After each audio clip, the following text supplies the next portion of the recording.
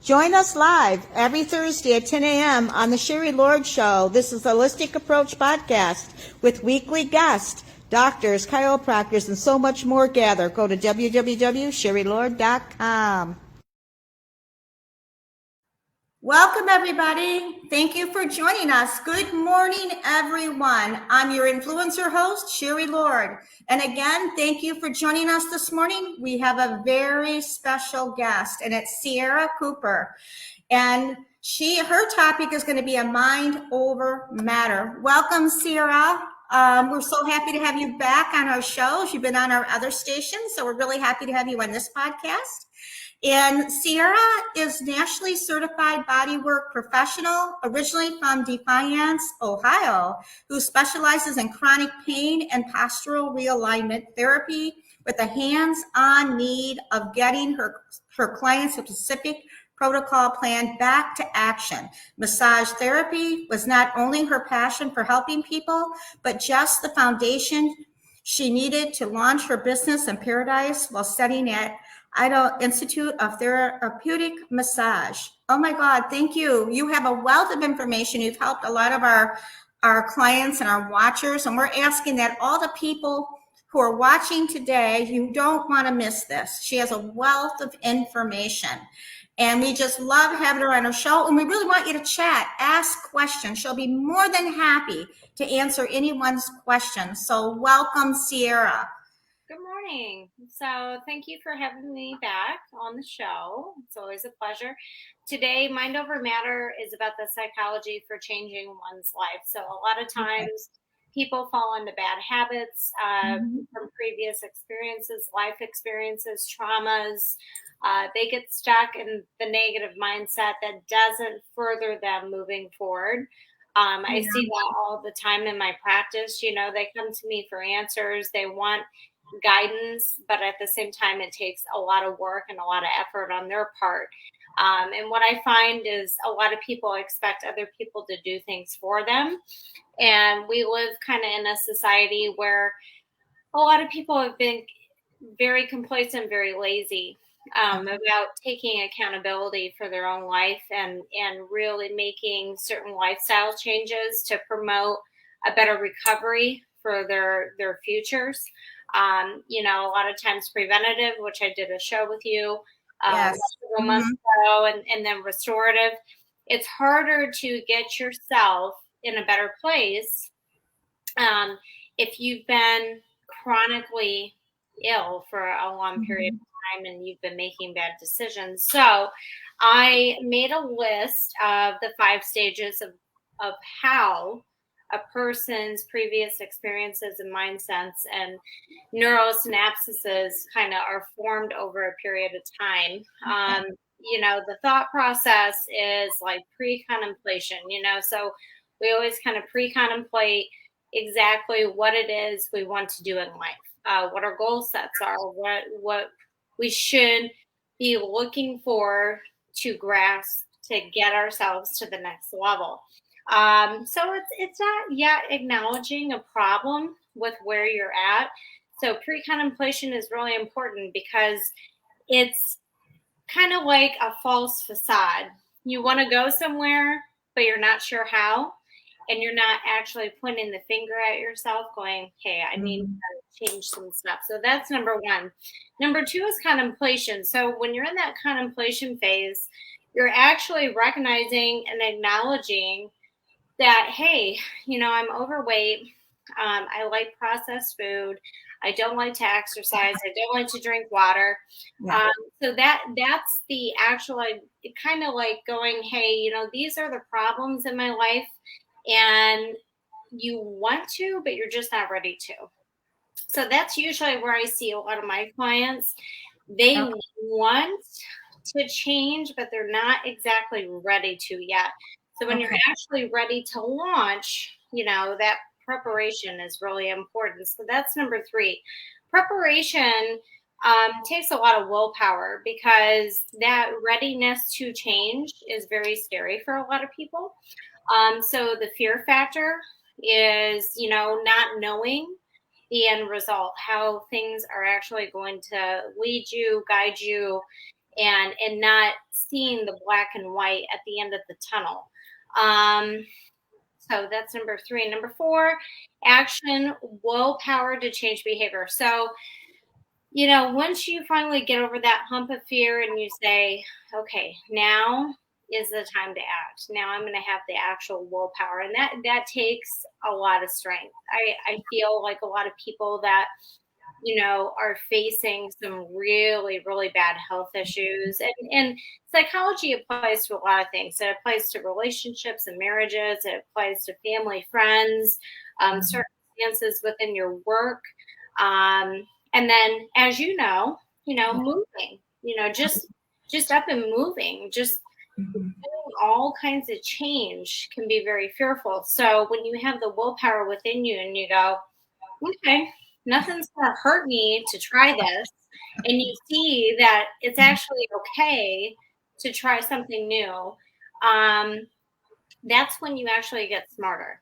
Because Einstein said, if you keep doing the same thing, getting the exact same result, that's the definition of insanity. So you kind of figure out that there's nothing to fear. And then number 5, you kind of go into this maintenance mode. So what I mean by maintenance mode is you kind of go calm. You kind of sustain your behavior for more than 6 months. So if you're sustaining consistency, and a lot of my clients, after they get over that hump and they see all this change is actually really good for them, and they lose weight, they feel better, they're exercising, they're, making progress in the morning when they're getting up, they're going, oh, I don't feel like going back to bed. I'm actually awake. I'm ready to live, to get going to work. I'm enjoying my family and my friends more. I'm more social. I'm not so moody. They understand that, being oneself is really allowing yourself permission to not be on autopilot for the rest of your life.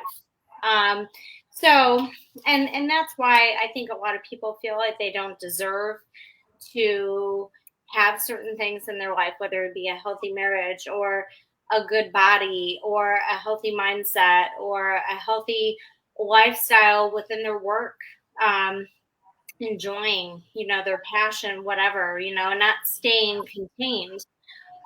It frees you, and it actually not only promotes growth, but it makes you feel better overall as a person. You actually feel free and alive. So how to change someone's mind? Well, that's my intention for a lot of people, and I kind of have to use reverse psychology because with what I do, you've got to make it them. You've got to make it all about them, and it's their decision to change. So it's like I'm giving them the power, and I'm not going, hey, you need to do X, Y, Z. That's not what I do. I allow them the positivity and the empowerment to make themselves better as a person. So how to change someone's mind? Well, you go in calm. You don't go in arguing and fighting. That kind of like I always tell spouses, like no one wants to listen to their husband or wife. So if you go in there pointing the finger, they're just gonna kind of ignore you. I'm gonna whatever, You go in calm, you go in loving, you go in with a really good, fresh slate, and you go, hey, have you thought about this? And you get that dialogue going. It gets them excited because it makes them think that they're actually capable of doing something that they never thought they could. Number 1, finding common ground. So I do this a lot. When I talk to clients or I talk to my friends or family and they're going through a lot of problems, I always tell them about my previous experiences in life. I always tell them about where I came from, about my background, about problems personally I've struggled with. And when you share, and I wish more people would do this because people need to come together and share. They need to understand no one's perfect. No one's ever going to be perfect. It's really about being empathetic and just going, hey, it's okay to be a little screwed up, because we all are, no matter how perfect someone looks on the outside, it doesn't matter. They've got other stuff. Everybody has their stuff, their homework to do. Then kind of like going through an interrelational personal journey and allowing them to not only be themselves, but to actually self evaluate. So that's really important. I just want to point that out. That's probably one of the hardest things to do because we always love to self distract because it's easier. It's easier to project. It's easier to call somebody else out on all their BS, and go, oh, hey, you're wrong, and let me tell you why, and you should do this, and the reason why your life isn't fulfilling. But it's really hard to sit down with yourself and look at yourself in the mirror and go, like for example, Sierra, you need to be more organized, which I'm sure my accountant's laughing right now. So, because I'm very I'm a multitasker, and one thing that I could definitely get better at is organization. So, and I think everybody, the busier you are, the harder it is to find the time, and we all kind of make a little excuse here and there because we have so much stuff, and there's a list of things we really want to do, and there's a list of things that is like, I'll get to it later. So like I'm saying, it's okay to be a little flawed. It's okay to be yourself. Everybody always compares themselves to everybody else. I don't. I'm my own person. I like who I am. Maybe some people don't, but I like who I am. And I understand me more now than ever in my life because I've came to a point where I've had to self-evaluate. I've had to be harder on myself to try and get me to a whole different level of a person, and harder, not by critical, but just by going, you need to sit in the void, and you need to really be okay with being alone and going, hey, what do you want? And I've done that. And I feel really confident now that I've actually done that. The other thing is setting healthy boundaries and timelines. So I'm really bad at this because I want to do it all now. And I'm gun ho, and I have a million lists, and I'm probably a little ADD. But they always say that's a sign of intelligence. So I'm just giving you a pat on the back. But no, but I honestly think it's really hard because I love to do everything. And so going slow is hard for me. So for a lot of you out there, if you have a really hard time doing this, it's really, really good to write everything down and to keep a journal, to keep a log, because you can see, you can go, oh, wow, 3 months ago, this is what I was doing. And now look at me, now I'm actually really successful in maybe like your business. Maybe you're profiting more. Maybe you're actually expanding more, kind of like you're doing, you're moving, you're growing, you're doing things, you're making moves.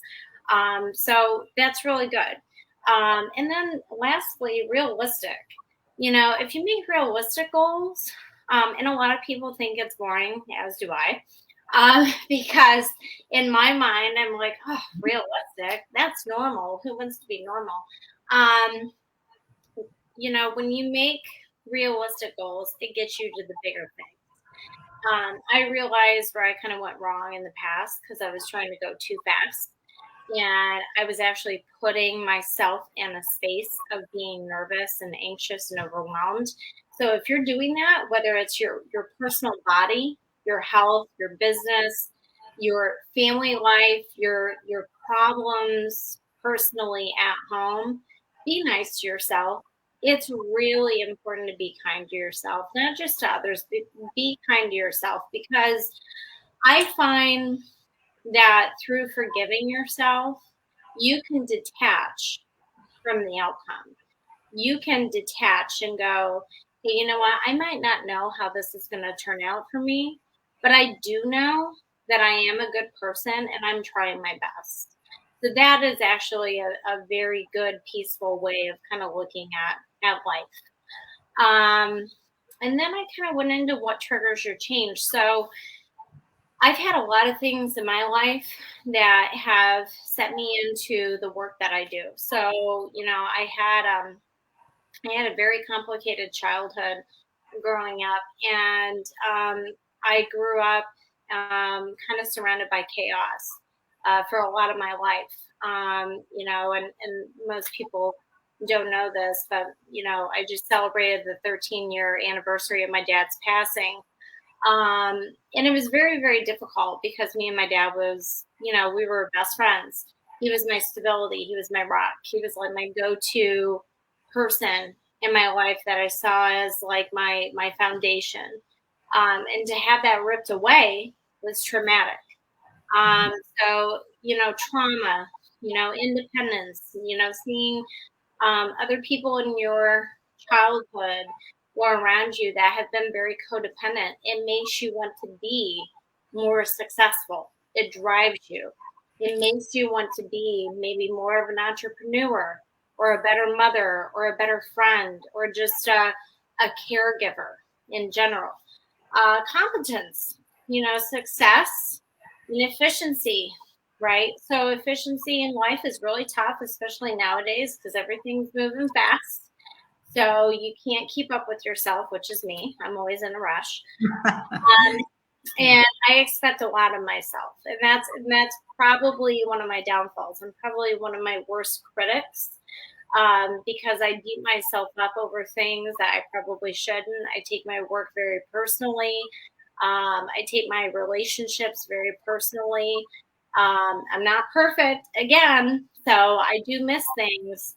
But I do overall really care. I don't just care about my work team, um, myself, my clients. I care about people in general. I care about life in general.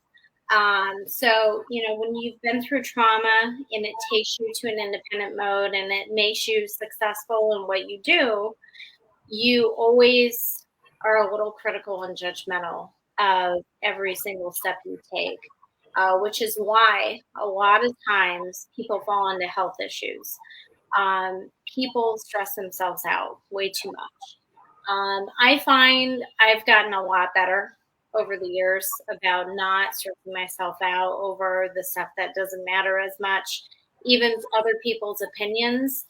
I used to be very bad at this. I used to go home and cry if someone, didn't like something I did, or I would, just like feel like, oh my God, I can't be myself. And that's not it anymore. I'm like really good in life now. I'm really good with just going, hey, you know what? This is life. I'm a single mom. I've got a child that's 15 years old. I'm doing the best that I can with what I have. And if people can't understand that, then they can't. And I think we all need to become a little more understanding. So that kind of is what triggers a lot of change in people. They see like, oh wow, I got into a car accident and almost died. So I've had broken bones. I've had, scars. I've had bruising. I've had concussions. I've had all kinds of great stuff in my life personally. And then that kind of makes you go like, oh wow, my hip hurts, my back hurts, or you get up in the morning and so you got to tell yourself like, what do you need to be doing? And I've had other life stuff come in and kind of throw me off balance, emotionally.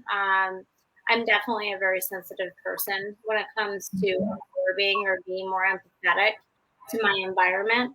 So if it's not a good environment for me, it throws my routine off and it doesn't make me feel motivated. So to all of you out there, whoever is trying to decide on change, you already know what you need to do. Just do it. Okay. So a growth mindset. A growth mindset is actually probably one of the easiest things because you can project out a few years and you can go, oh wow, I'd love that house in Miami, or I'd love to, not materialistic, but just like a vision board of what you want. Oh, I want to travel more, or I want a better family life, and I want to be able to sit down at 5 o'clock in the evening with my family and not feel like, oh, I can't cook tonight. I've got to do this, got to do that. So, growth mindset is change your expectations. So, expectations really kind of suck. I'm sorry to say that word, but we have expectations of ourselves, other people, again, the outcome of the situation, and unfortunately, if you can, like I said before, I live in the void and not really understand all the gray stuff and be okay with that. And that's more of a spiritual growth type thing. Mhm. Being able to ask for help and not be that person that is like a vulnerable child that goes, I, I never had help before, so why should I have help now? I don't deserve it. No, you do. And so that makes other people criticize people and have higher expectations of others. Whereas you just need to look and go, hey, you know what? Life is not all that great sometimes. Sometimes you have bad days. Other people have bad days. And you just have to be okay with that. You have to be okay with not being okay. So expectations, go slow in your health, go slow, stretching, strengthening, eating good. Don't pile too much on. Go slow. Take your time. Pick like 3 things and go slow. And then change it over time. So change your emotions. Create a space, notice your feelings, and label your feelings. And that can be really scary. So sometimes you have to recognize, hey, do I have anger issues at this? Or should I be maybe, thinking about like, how am I going to be happier? Or if you need to let yourself cry over things, because sometimes you just need to get it out and vent. But label how you're feeling, because that feeling will drive you. And it will drive you in a different sense. Like I'm writing a book. So I'm writing a book. I Loved You in Reverse. That's going to be the title. And it's about my life. But, I had to change some stuff. So it's about loving yourself. It's about recognizing. It's about a mirror effect of going, hey, acceptance of the emotion and practicing mindfulness is okay.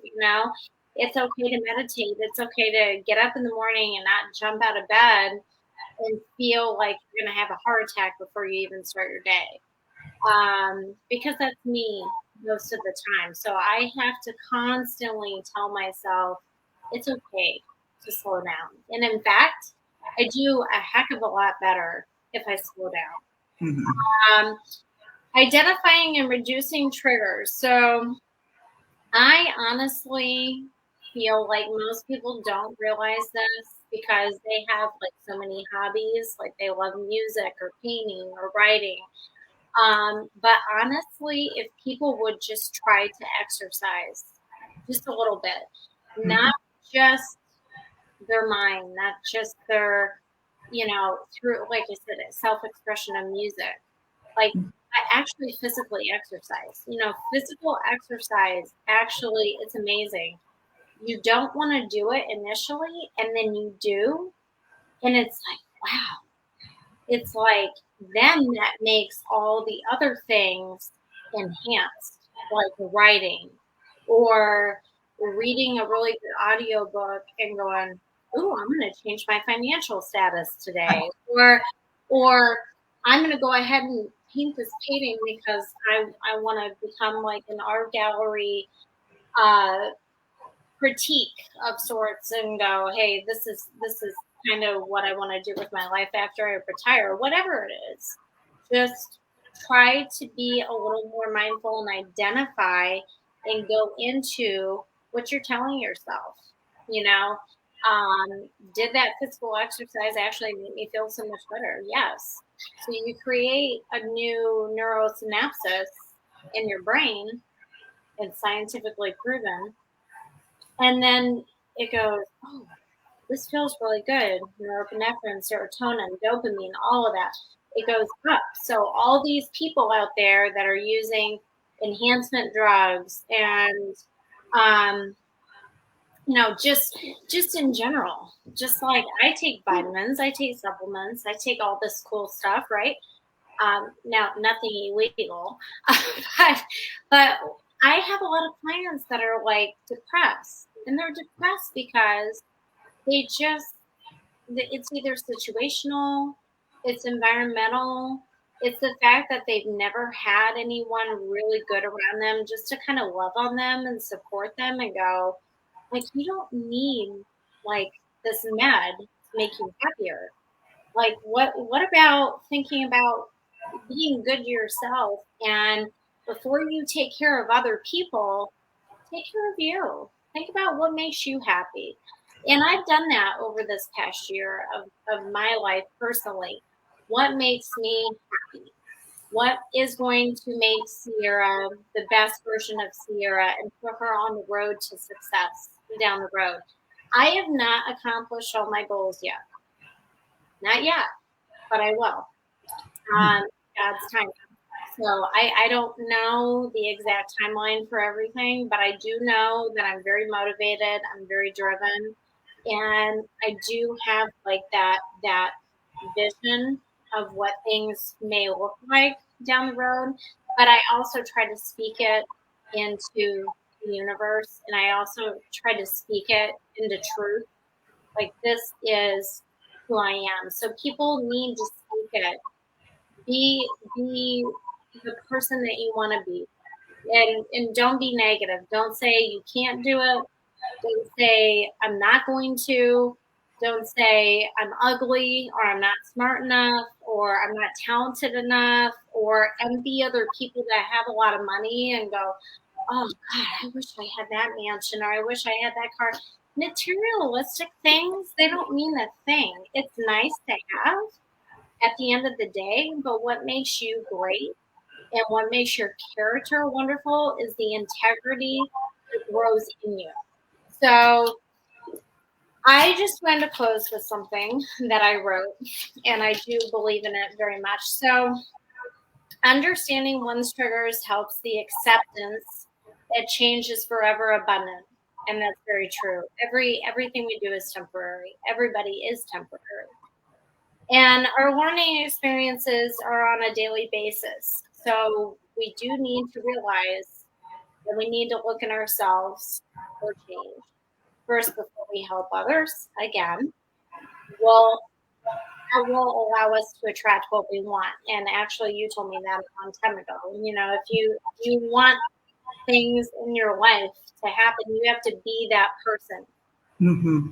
It's taken me a long time. It's taken me a lot of struggle. It's taken me, some painful experiences, some things that I did not want to go through at the time. And I look back on it now, and I'm so thankful for that. I'm actually very grateful for every experience I've had. So I have no regrets. The other thing is consistency will always be the winning ticket. Achieving better opportunities and self-gratification through hard work. So I have a saying in life that nothing comes easy. There is no easy pill. There is no easy route to success, to achieving a nice body that you're proud of, to achieving education in something that you really want to learn. And it takes teamwork. So until people figure out that they can't do it alone, nobody can do this life alone. Yep. We cannot do this life alone. We need people. And I hear people all the time complain about, like, their spouse or their kids or their coworkers or their boss or their that. it's really so simple. Like, why can't people just communicate? Just communicate. That's it.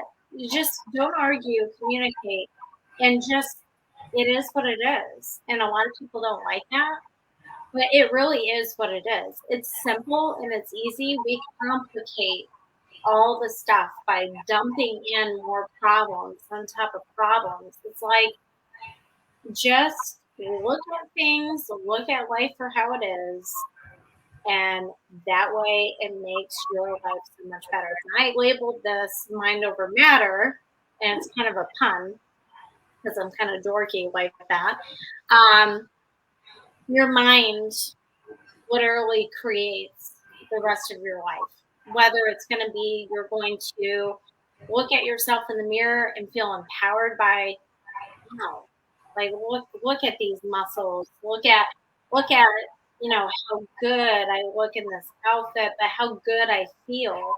Or is it just the fact that we have a society that just tells us, like, it's okay, accept what you don't want, whether that be you're driving a really broken down vehicle that sits in your driveway and you're coming into a house that's unfulfilled.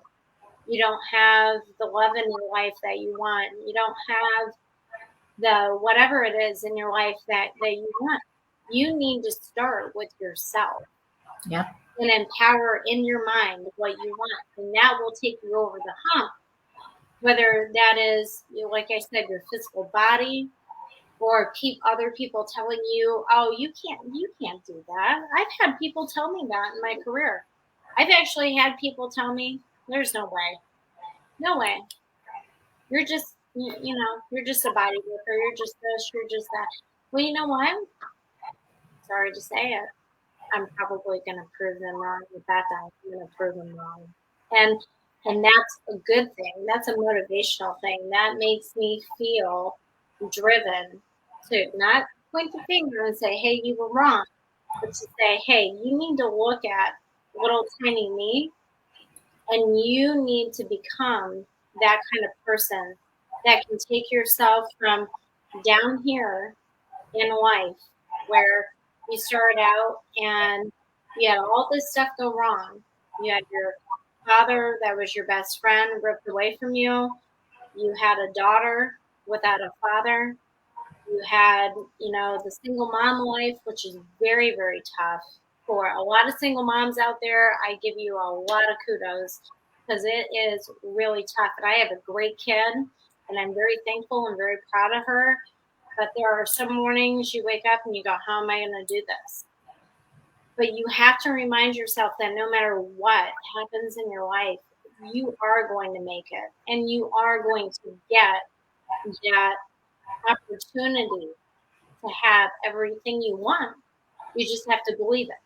So mind over matter. Thank you so much. We want to say thank you to Dan for his very uplifting statement he had there. Yeah. Hi, Danny. So nice of him. We appreciate him, and we so appreciate having you on our show. And you are amazing. I'm going to bring up something here. Can you tell people how they can get a hold of you? Because I'm going to bring this up. It's going to block us a little bit, but it's going to be a picture of you and your business. Okay. But we can still hear us.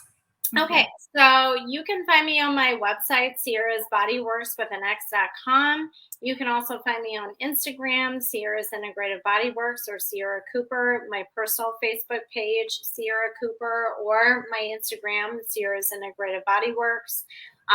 Obviously, I'm doing podcast radio with you. And eventually, I am starting a YouTube channel, and I'm sure my website guy is going to be watching this and going, okay, Sierra, I've been waiting. But I am going to be really working hard on certain things. I've had some personal little things to take care of, but there are some things that I do want to start in with, and I'll get there. So, and if they want to call me at my cell phone, obviously it's listed on the website. Yes. 941-214-0954. It's my cell phone. So if you want to call me, call me. If you want to text me, text me. And my email is also on the website as well. So Thank you. We just so love having you, and we'll have you back again. You have a wealth of information that's really helping all our listeners, and I'm sure it will make an impact. And make sure you contact her because she's very good. She's excellent. And you can also go to our website if you want to be a guest on our show. All the information is there. We have Sierra on our website as well, listed under the Holistic Approach page, and go to www.sherrylord.com. And you will see all the podcasts. You can also go to YouTube and you can download the ones you want to see. We also stream to YouTube and 6 different social media pages. And we just want to say thank you again, Sierra. We love having you. And I want to thank all our listeners and all who are watching us. Thank you so much and have an amazing journey and blessed life. you too.